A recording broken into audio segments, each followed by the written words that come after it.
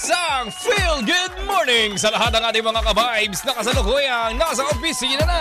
Hey, kumusta kayo dyan? Yung ang aga-aga pa lang pero ang diretso mo agad pantry, naghahanap ka na ng mga ngata ng Yun makakain. Okay lang yan. Next time magbaon ka, wag mong kalimutan. Di ba? Ang tindi mo. Late ka na. Nakuha mo pang kumain. Oo. Pero usually naman ang rule sa office, just as long as nasa ref siya, tapos walang pangalan. For Pwede. all. Pwedeng kainin. Pwedeng tirahin. Naku, baka mamaya sabihin, kaya pala nawawala atin dito. Si Alex pala, ganun ang pamantayan sa buhay.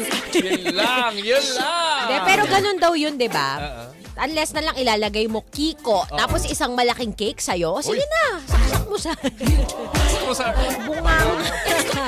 Kainin mo, sige. Grabe naman yun. Oy, sa lahat ng ating mga ka-vibes sa babiyahe ngayon, yung mga nasa bus pa, taxi, TNVS, mga motorcycle taxi, mag-ingat po kayong lahat. At ganoon din sa mga papauwi pa lamang galing sa graveyard shift.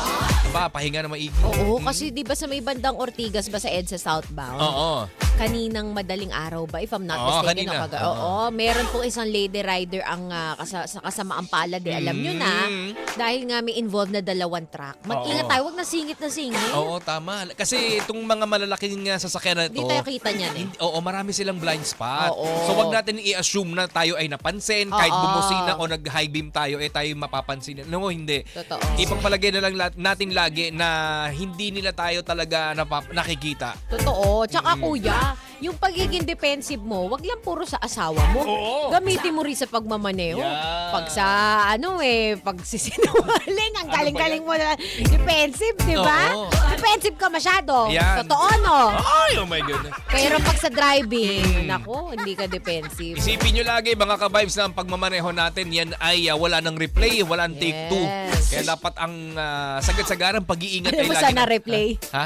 Sana replay. Saan? Sa CCTV ng barangay. Yun lang! Huwag mo kayaang ma-replay yan sa CCTV ng barangay, sabi ko sa'yo. Ay, nako nga ni.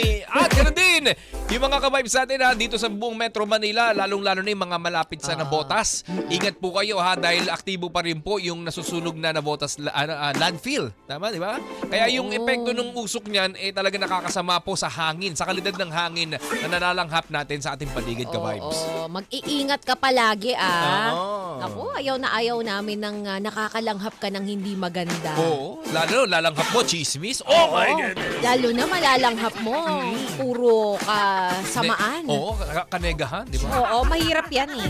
Pag nasa isang komunidad ka na puro nega ang nangyari, pansin mo na i-imbibe mo. Ay, oo. Talagang nahahawa ka. Spell sa mo nga imbibe ka, vibes. Invibe. Vibe, in-vibe. Hindi, dagdagan mo lang ng in yung vibe. Ayun ba Hindi, yun? ma-imbibe mo, kumbaga ma-absorb. Yun na lang pala, masya-shock absorber mo yung Ayan. di ba? Oo.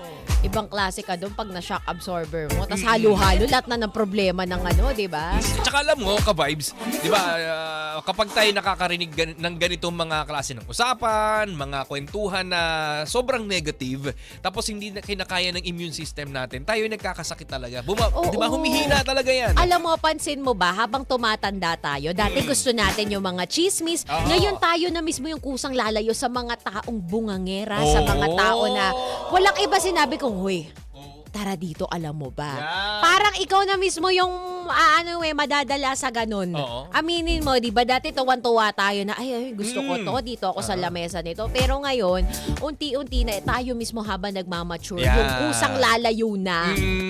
Kasi tama kay, it affects yung lahat sa atin. Oo, di ba? Ikaw ang lahat sa akin.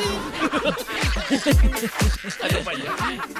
Ay, nako ka-vibes. Kaya dapat talaga mas piliin natin ang maging masaya, ang maging relax, chillax, at syempre, wag natin piliin yung mga makapagpapadali ng ating buhay. Isipin mo, ka-vibes, isang iglap, di ba? Hindi mo masisiguro, baka mamaya hindi ka na magising, bukas wala nang bukas para sa'yo. Kaya dapat laging good vibes tayo at maging mabuti tayo, hindi lang para sa ating sarili, kundi pati na rin sa ating kapwa. Alam mo na Diba? speaking of mabilis na buhay talaga, no? Ako, I regret to inform everyone na isa sa mga haligi talaga ng radyo, yan ang discoverer ko, ang aking mentor.